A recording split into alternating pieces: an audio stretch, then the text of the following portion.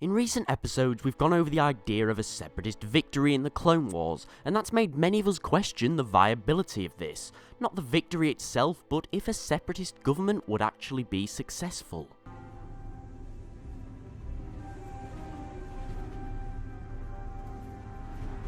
I'm sorry, Master Kenobi. I failed. Oh, General Kenobi, we've been waiting for you, stinking Jedi.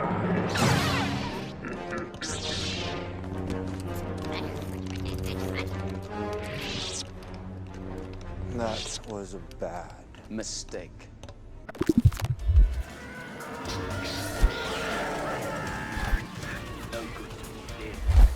So let's say the separatists have just won the war. It doesn't particularly matter how, and I don't really want to talk about Palpatine or really Dooku for that matter. I want to talk about if the separatist government would actually be successful.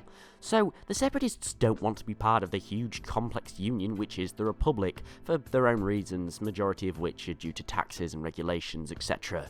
Now if they win the war, chances are the Republic will be dissolved and the members would be forced to join the Confederacy of Independent Systems under less favourable terms. So the CIS is just a union of systems similar to the Republic, however it has far less oversight than the Republic does. It allows the members to remain sovereign and pretty much independent. Now this is attractive as it allows smaller governments to work out favourable trade deals without heavy taxes, and large companies because they don't have to worry about strict regulations. However, realistically in my opinion, in this scenario it was never going to work out.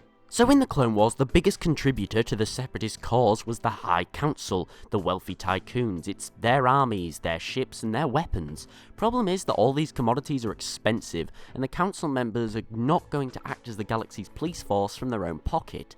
So you'd think the separatists would just give all their troops and put them behind the head of state, behind Dooku.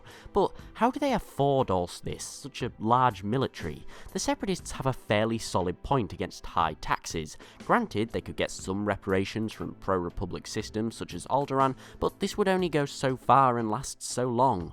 Ultimately, the state of the Confederacy as a whole would be financially struggling to stay afloat. Now, there's some pretty big problems with this. If the government is low on finance, then it struggles to do its job, manage the systems, provide aid to those who need it, police the Outer Rim, and most importantly, keep the peace in general.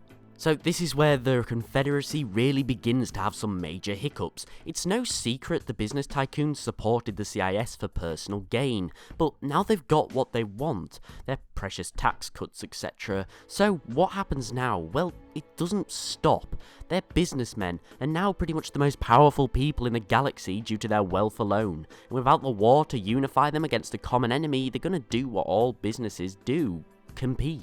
And when the businesses turn on each other and with little to no regulation, the government will not be able to stop them. They'll use every dirty trick in the book to increase their own bottom line, with poorer systems having to choose a side in impending conflicts. The Confederacy itself would be in absolutely no position to do anything for the tycoons, as they'd lack any resources to rule over the huge company or the galaxy that they've claimed. Essentially, you're looking at a galaxy where all that matters is credits, where businesses will wage wars simply to increase their profits. Now, how long this era of cutthroat business would last before someone managed to take absolute power and likely form their own empire is debatable. However, I don't see a scenario where it works, and that's the point. It's not supposed to.